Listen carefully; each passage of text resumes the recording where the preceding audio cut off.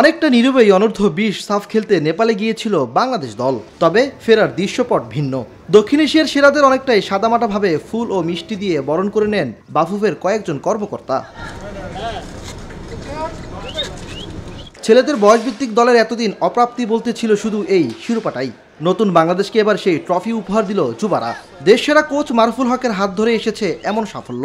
সবাই সবার বেস্টটা দিতে পারছে এবং তাদের যে অর্জনের পিছনে টিমের কিন্তু অবদান আছে। টিমমেটরা যদি সাপোর্ট না দিত তারা কিন্তু এই অর্জনটা না হতে পারতো। তো আমি মনে করি এই অর্জনটা ওদের পার্সোনাল ঠিক আছে, কিন্তু সবাই মিলে একসাথে অর্জন করতে পারছে। যখন আমি মাঠে নামলাম লাস্ট মোমেন্টে, তখন টিম অনেক চাপে ছিল। তখন আমার মাথায় একটাই চিন্তা ছিল যে আমি নিজেকে যত কোল রাখতে পারি, নিজেকে কোল রাখছি। তারপরে একটা গোল কনসেপ্ট করলাম।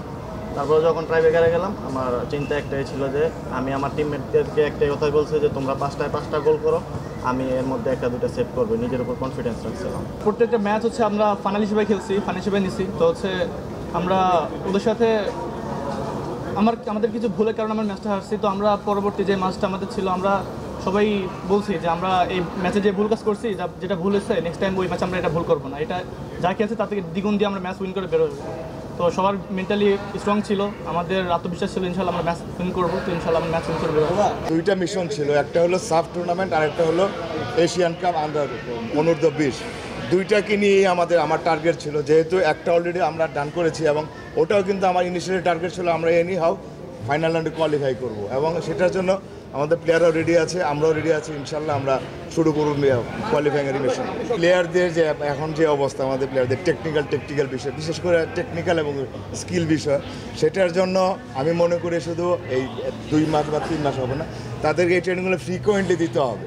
কারণ রিপিটেশন না থাকলে তাদের একটা ভুল আসবে। যেহেতু ওটা আর্লি এজে শেখা হয়নি, এই বয়সে শেখাতে হলে সেটার জন্য রিপিটেশন থাকতে হবে এবং ফ্রিকোয়েন্সি থাকতে হবে। তাইলে কিন্তু ওরা একটা ভালো পর্যায়ে যেতে পারবে।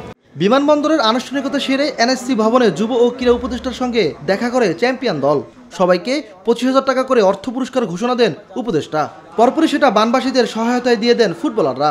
এই অর্জনটা যাতে ম্লান না হয়ে যায়, এই অর্জনকে যাতে আমরা আরও বড় অর্জনের দিকে ধাবিত করতে পারি, সেজন্য আমরা কাজ করে যাচ্ছি। সারা দেশের মানুষ কাজ করে যাচ্ছে এবং একইভাবে আপনারাও আপনাদের এই অর্জন যাতে ম্লান না হয় সেটা নিশ্চিত করবেন, আরও কঠোর পরিশ্রম করবেন এবং ভবিষ্যতে বাংলাদেশকে আরও বড় অর্জন এনে দিবেন, এটাই প্রত্যাশা রাখি। আমি সাফ অনূর্ধ্ব-20 চ্যাম্পিয়ন্স দলের প্রত্যেক সদস্যের জন্য 25,000 টাকা করে অর্থ পুরস্কার ঘোষণা করছি। 21 থেকে 29 সেপ্টেম্বর ভিয়েতনাম হবে এএফসি অনূর্ধ্ব-20 এশিয়া কাপের বাছাই পর্ব, যেখানে সাফের শিরোপা জয়ের অভিজ্ঞতা আত্মবিশ্বাস যোগাবে বাংলাদেশ যুবাদের। ইমরান হোসেন, নিউজ 24, ঢাকা।